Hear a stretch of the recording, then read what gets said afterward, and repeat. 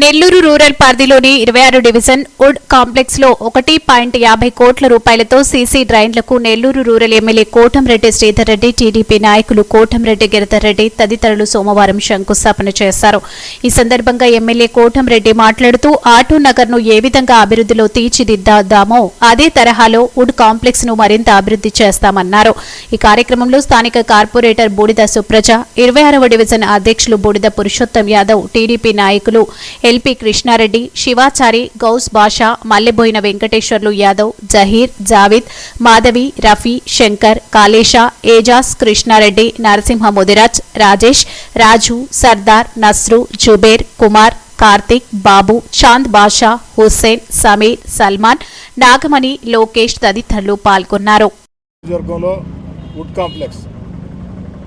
కాంప్లెక్స్లో అనేక రోజులు కాదు సంవత్సరాలుగా అనేక రకాల సమస్యలు. గతంలో ఆటో నగర్ని ఏ విధంగా సర్వాంగ సుందరంగా తీర్చిదిద్దామో అదేవిధంగా ఆటో నగర్లో కూడా కనీస వస్తువుల కల్పన కోసం ప్రత్యేక దృష్టి పెట్టి తెలుగుదేశం పార్టీ కూటమి అధికారంలోకి వచ్చిన తర్వాత 1.5 కోట్ల రూపాయల వ్యయంతో డ్రైన్లు శంకుస్థాపన చేసుకుని పూర్తి చేయడం జరిగింది.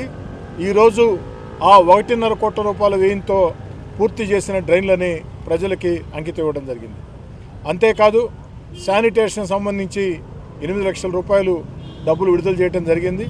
అదేవిధంగా ఆ యొక్క వుడ్ కాంప్లెక్స్లో వీధి దీపాల కోసం 4 లక్షల రూపాయలు, డస్ట్బిన్ల కోసం 2 లక్షల రూపాయలు కూడా నిధులు విడుదల చేయడం జరిగింది.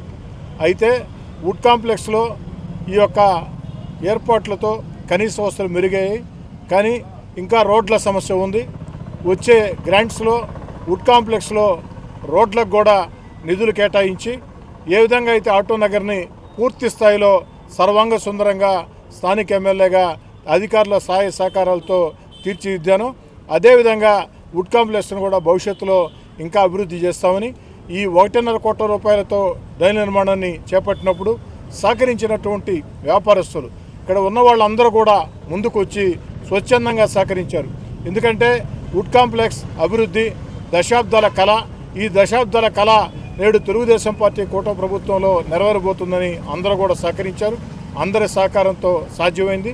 ఈ ఏడాది కాలంగా నెల్లూరు రూరల్ నియోజకవర్గంలో అభివృద్ధి పనుల కోసం ముఖ్యమంత్రి చంద్రబాబు నాయుడు గారు ఇస్తున్న ప్రోత్సాహానికి ప్రత్యేకంగా చంద్రబాబు గారికి నెల్లూరు రూరల్ నియోజకవర్గ ప్రజల పక్షాన ధన్యవాదాలు తెలియజేస్తున్నారు.